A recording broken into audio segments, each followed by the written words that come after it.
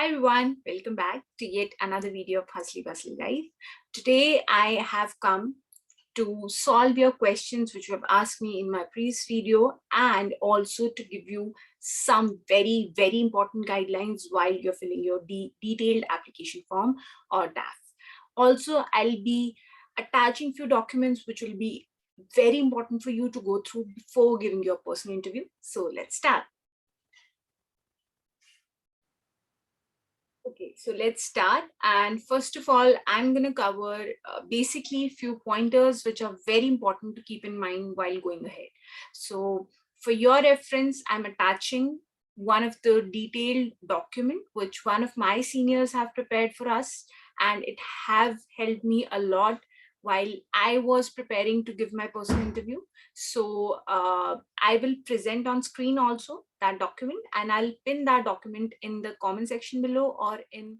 Let me share my screen and show you the document which I'm talking about, which have details of all the important pointers to keep in mind, and that have helped me immensely when I was preparing, and that will help you too a lot. Just give me 1 second. I'll share my screen and you'll be able to see that document. Okay, so let's start.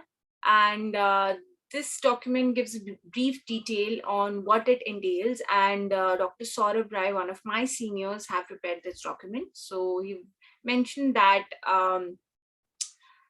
he have prepared this compilation on the basis of what was there at his point of time in 2014, 16, till 2020, but till 2019, but things have changed.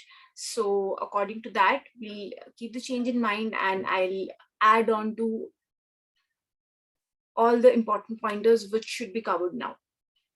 Okay, so he have very briefly mentioned the short-term and the long-term goals which should be kept in mind while preparing for the next steps. So you've mentioned that for all those aspirants who are inquisitive about the scope of your particular course, which unfortunately translates into placement for most of you and career growth for rest, I would advise you go to the LinkedIn. If you don't have a profile there, it's high time you make one. And I would advise you should make one. Ek LinkedIn profile aap bana lijiye. Very, for your reference, you can see the LinkedIn profiles of other people, other fellow TISS'ans, and you'll be able to understand how much, what all you need to put in your LinkedIn profile.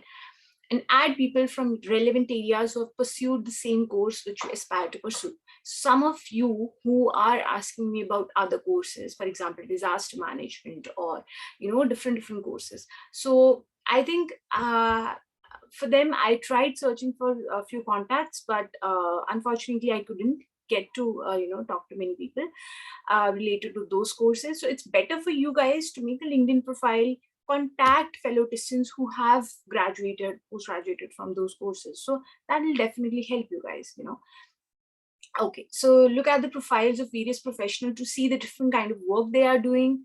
And that will also give you clarity of how you can shape your career, pursuing your particular course. If for example, if you have to give the answer, like he also mentioned, that search for professionals who pursued the course. Like I did my course in 2019-21. So what am I doing now? Similarly, some of my friends, some of my batchmates or seniors, or for that matter, seniors who've graduated in 2010. So you should go ahead and see what they are doing now, So search for professionals who pursued the course probably just 1 year back, and some who pursued it 5-7 years back, and analyze and understand the kind of growth that is possible. Areas of public health, hospital administration, health administration, in which you can also go. This is the best possible way to make an informed decision about what you wish to pursue and why. So your main question of why do you want to do this will also be answered with this particular thing. Okay. Trust me, I did it when I was searching for this document since a long time. I somehow managed to get this, and I cannot emphasize on the fact how important it is for you to follow each and every advice the senior have given. It has helped me immensely. It will help you immensely too. So do test it and try it once, and you'll see the difference. the clarity in your answers while giving interviews. In your interview, you may be asked about what kind of career opportunities do you think will this course open up for you. So he gave his example, which is very, which will give you an idea of what kind of questions do they ask. So he was asked that what kind of job would you wish to pursue after this course? So having a clear answer to this question can be beneficial. Also be realistic in your answers. For example, you've given example of what you can say and what you should limit yourself to say. You should not bluff. Obviously, nobody becomes an advisor to the Ministry of Health and Family Welfare within 5 years. You should be cognizant enough that in 5 years no one go to that top level or that top position. So nobody can become CEO of a big corporate hospital in 5 years. So for example, if someone asks you, what do you want to do in 5 years? You cannot just say that I want to be a corporate, I want to be a CEO of this particular firm. You have to be practical.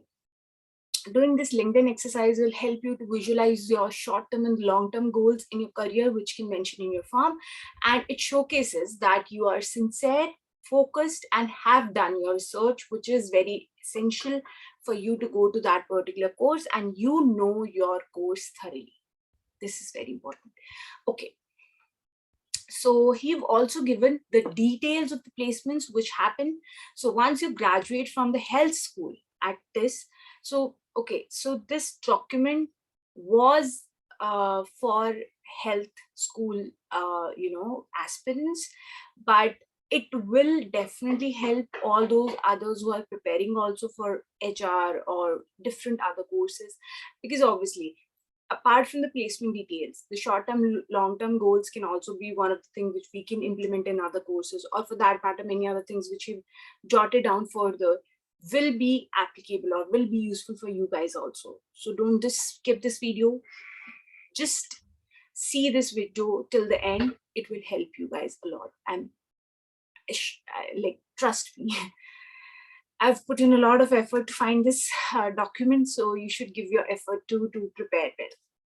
Okay, so once you graduate from the health school at TISS, you can end up with the jobs in corporates, in hospital, in consulting, in insurance, pharma, and other corporates, including CSR, as I have explained in detail in my previous videos. So regarding the public sectors, so some of you have asked me a lot of times if we want to go to public sectors or civil society or some kind of those kind of paths we want to go ahead with. So you can also work in National Health Program, Health Ministry में भी आप काम कर सकते हैं, State Resource Centers में भी आप काम कर सकते हैं, WHO United Nation organizations के साथ भी आप काम करते हैं. They don't come for campus placement as such. He mentioned it clearly, and you should not ask me कि वो campus placement के लिए आते हैं नहीं आते हैं, but because of their policy, but can be applied to individually. You can apply individually, and moreover, some of the firms which you're going to work with in future will be some way or the other associated with these organizations, WHO or UNOs. So, you can get a idea of what kind of setup you're going to work in.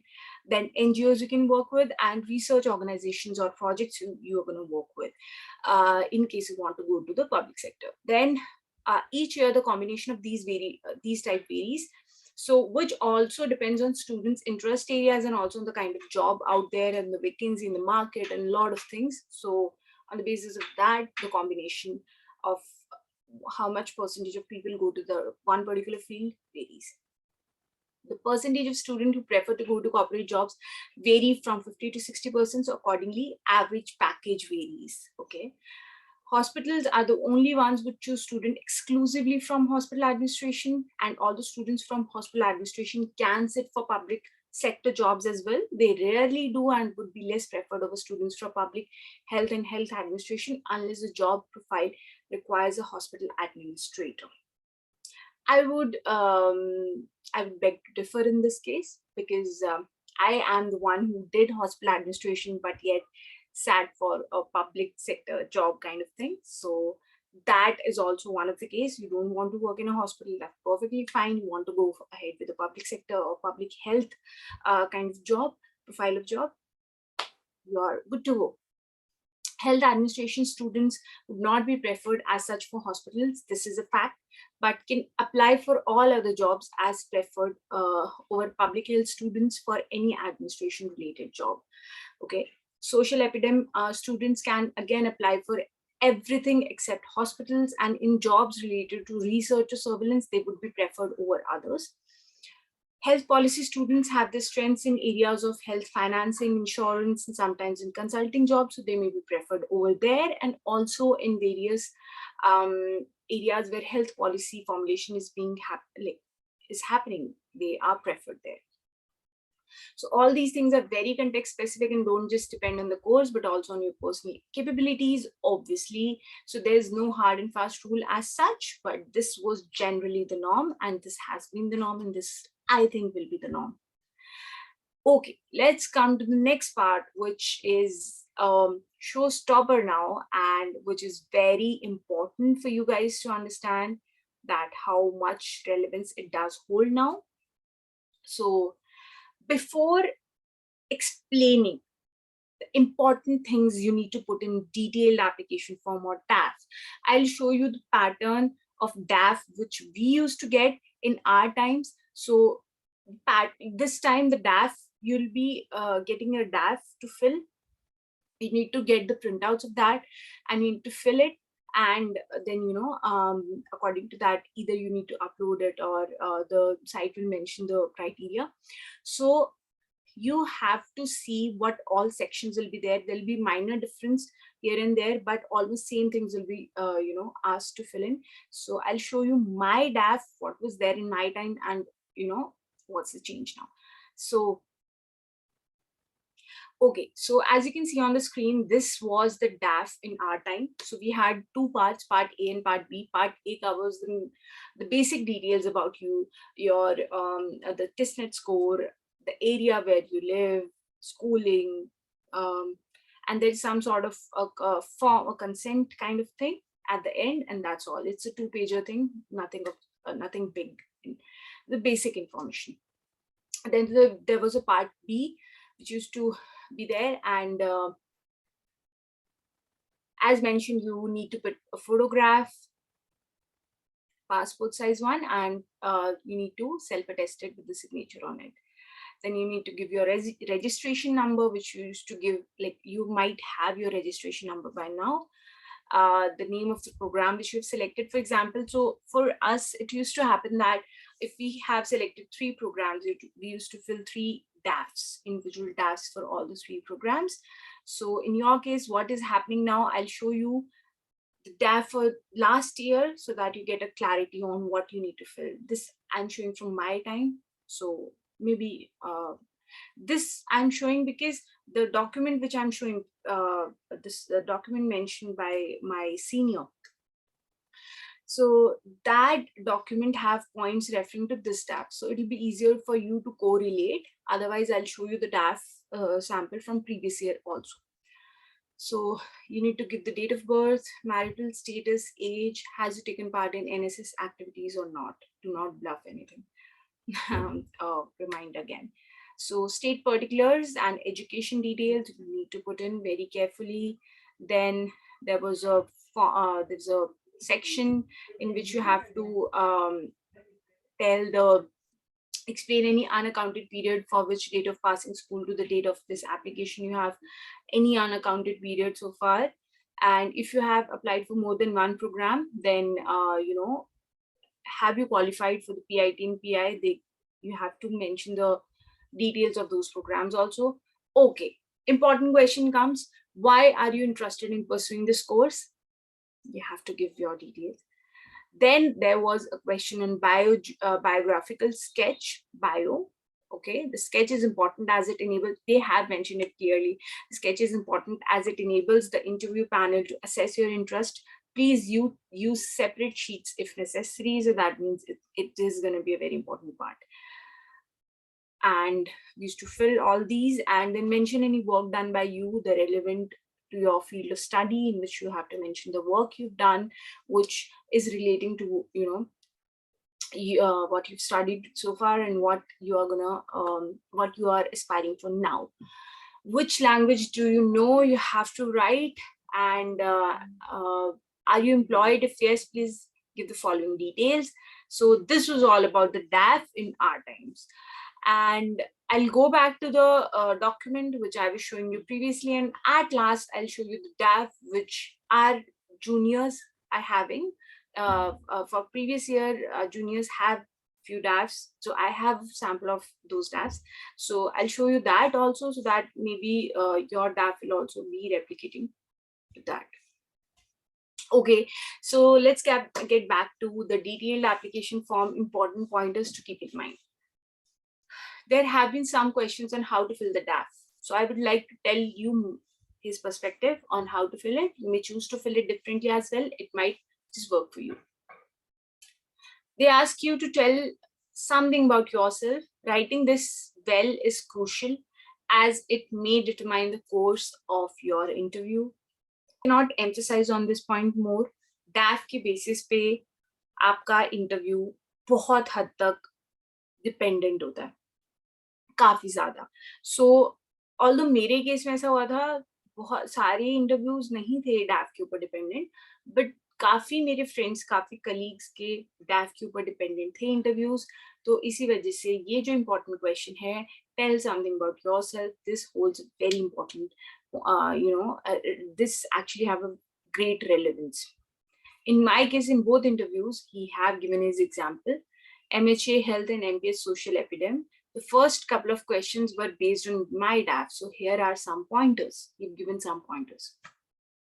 You may mention about your schooling, your junior college, your graduation in brief. You may mention about your scores, although I found it unnecessary as we already mentioned our scores separately in the form of each year. So, okay, it's his comments. You may mention about the co-curricular activity you were involved in all these years.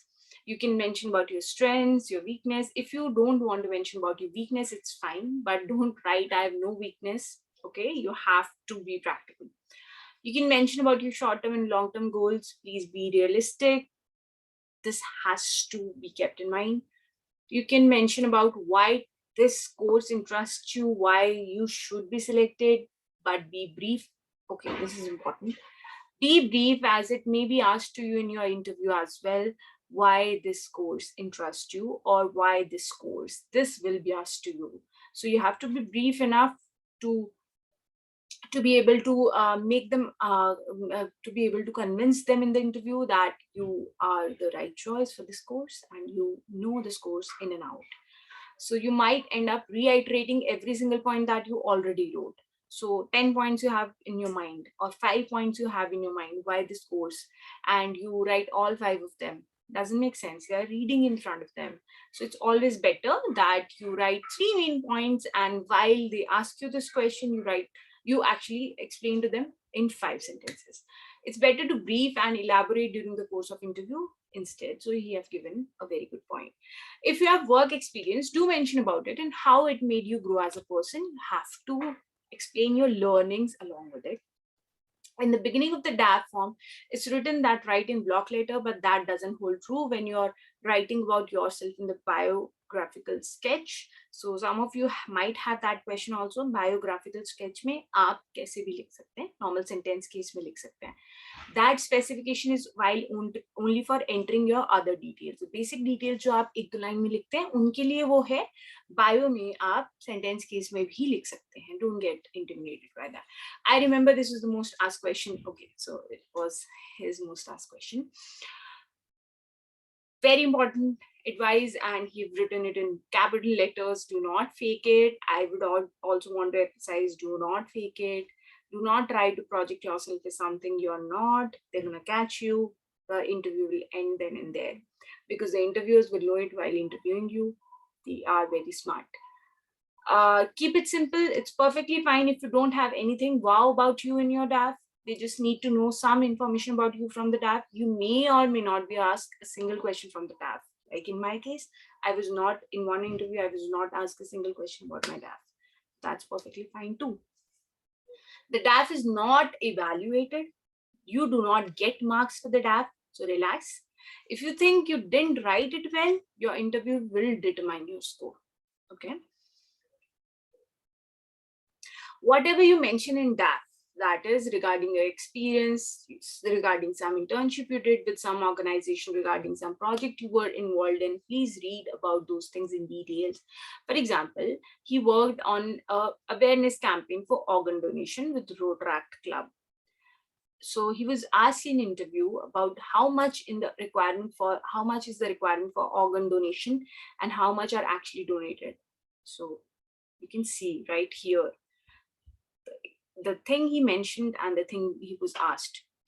What all organs can be donated? Which are the most commonly donated organs? Which are the organizations that work for organ donation? Are any celebrities associated with organ? So, these are the kind of questions which, so one point mentioned the DAF open a Pandora box of questions. So you have to be careful. You can add an extra page to the sheet. Okay, that might or might not work for you guys. Avoid bragging. Do not fake it. Everyone loves humility. You have to be, humble enough to mention the right things and just stick to the point. The key is to tell them something, but don't say it all. You should have some curiosity left for you, for the interviewer to, ask you in the interview. Otherwise, the interview will end. It's going to be boring, and no one wants a boring thing, right? So you have to make it kind of interactive.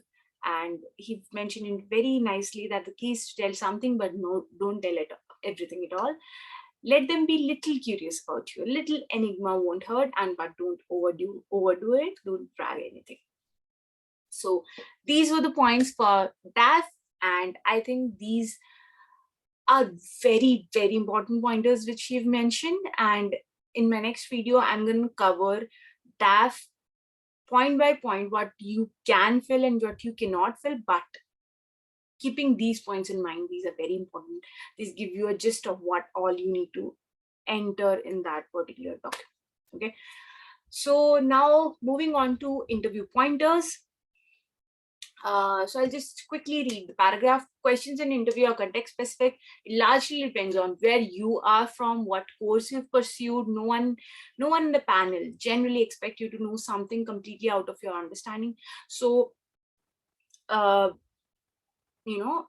आपसे ऐसा कुछ वो आपको ये नहीं जताना चाहेंगे कि they are very intelligent in your not, ऐसा कुछ नहीं होता. जितना आपको आता होता है उसी में से वो पूछते हैं. बट अगर आपने एक पॉइंट बता दिया कि मेरे को इस पर्टिकुलर टॉपिक की पूरी नॉलेज है, आप ब्रैग मत कीजिएगा. नॉलेज नहीं है तो रहने दीजिएगा. अगर आपने बोल दिया कि नॉलेज है और फिर आप आंसर नहीं कर पाए, that looks very odd. So it's better to say that I have bit of knowledge about almost everything, but do not say it humbly. Do not brag in this particular sentence. So pharma questions could be specifically asked to students who already have a pharma background, whereas medicine related questions to ones who from those fields.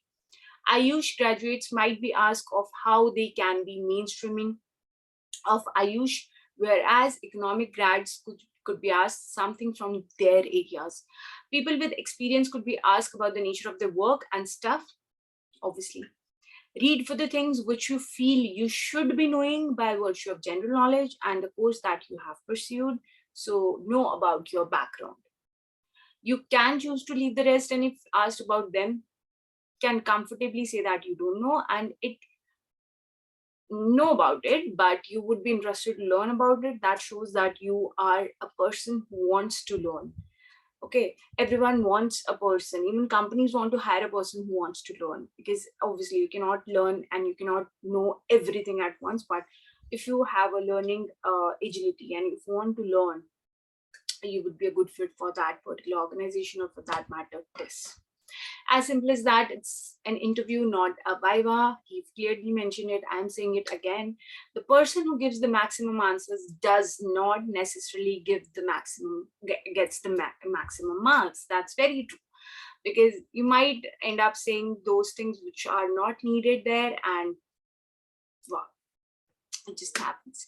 So dress code, you can choose to wear decent attire, well and presentable, but anything apart from that is not necessarily required.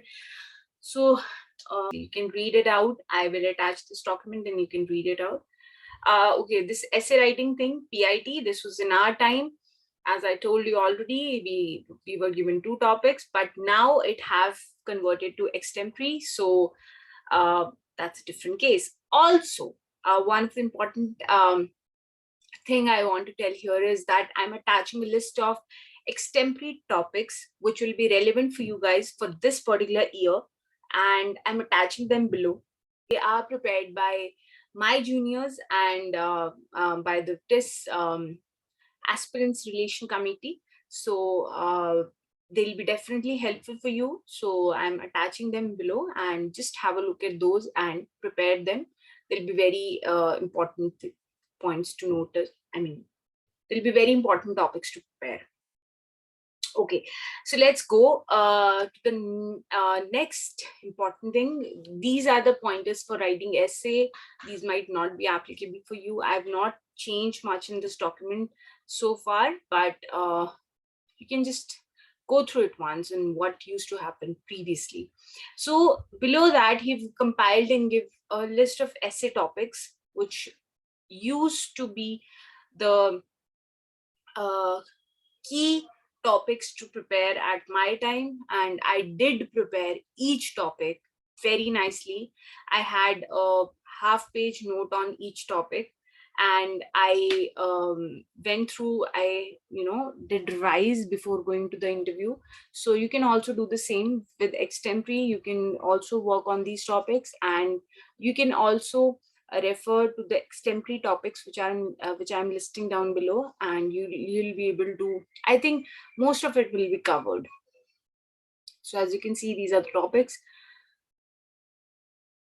These are the important latest edition of PSM Park could be. Okay, so these are the sites it mentioned which you can visit definitely to see the basic, the relevant statistics which you can quote both in your personal interview and extempore. Site for statistics, they've given it so nicely in this document, and I cannot temper with this document. I just present it to you as it is. I was expecting this document to find, like, I wanted to find this document since a long time back, but I could not get my hands on it, and now that I did, I'm showing you everything which is there in this document. I think it's just gold out there. So he have already given the few things you need to Google: three-tier structure of health system in India, epidemic, health indicator, and sustainable development goals, millennium development goals, MDGs, millennium. Okay. So these are the important points from that time. You can add from the extempore topics, you can add to these topics, and definitely you're, good to go for your extempore and PI. Some health programs which you need to look at. Don't get intimidated by all these topics. It'll be okay if you just know a bit about it. Don't stress a lot about I need to cover all of them and all that. It's just a reference which you can read. It's not necessary that all of these are gonna come, but obviously if you know a bit about some of them, it'll be easier for you to answer your questions in interview. So I would advise you just have a brief about idea about all of them. Okay, so you've also given a very important point: what kind of data are you looking at? So an important pointer for all of you: when you check your data, first of all, check it from a reliable source, which I always say: World Bank in this particular case, WHO, LFHS, DLHS, NSSO, or National Health accounts. Secondly, always look at the type of that data that you're seeing, whether it is yearly or monthly, whether crude numbers are average, whether minimum value or maximum value, whether percentage or ratio, whether. So you have to be sure on what terms you are saying it, okay? And you should see the units also. For example, they say, sometimes they say 30% of the gross GDP. So you should be sure of 30% of what? Because when we tend to read all of the things, we get, I got confused. Maybe you might also. So you should look into it once. Essay topic for 2017 entrance is 2017. So you can just get a brief idea, because few of the topics which are non-communicable disease, this would not change, whether it's 2017 or 2022 or 2024 or 2030 for that matter. Non-communicable disease will remain as such, communicable disease will remain as such. These are the topics which he have given course wise. I would say try to prepare all of the topics which you feel uh, can be related to your course. These are the topics which they used to give for essay. You can give a idea on what kind of essays we used to write, not necessarily for you to go ahead in detail about all these, but आपको एक idea लग जाएगा कि हम किस type से essays लिखते थे, एंड आपको एक माइंडसेट पता चल जाता है. ये भी वही टीचर्स ने बनाए हैं, तो आपको थोड़ा आइडिया लग जाता है कि टीचर्स क्या सोच के बनाते थे और क्या हमसे चाहते हैं पूछना बेसिकली. तो इसी टाइप के कुछ कुछ आपको एक्सटेम्परी में भी आएंगे. और एक्सटेम्परी में आपको जरूरी नहीं है हेल्थ रिलेटेड टॉपिक्स ही आए, आपको जनरल नॉलेज के भी टॉपिक्स आ सकते हैं जो कि अभी न्यूज में है, तो आप उसको भी थोड़ा देख के चलिएगा. So you've given a lot of topics. I think आपके पास डर नहीं है अभी टॉपिक्स की. आप मेरे से ये मत पूछिएगा कि क्या करना है. मैं आपसे ये पूछूंगी कि आपने ये लिस्ट पूरी कर ली, एक्सटेम्पररी लिस्ट पूरी कर ली, तभी आप प्रिपेयर्ड हैं मेरे अकॉर्डिंगली. अगर है इतना, आपको कोई नहीं रुक सकता सिलेक्शन से. I am assuring you. Sorry for the background noise though.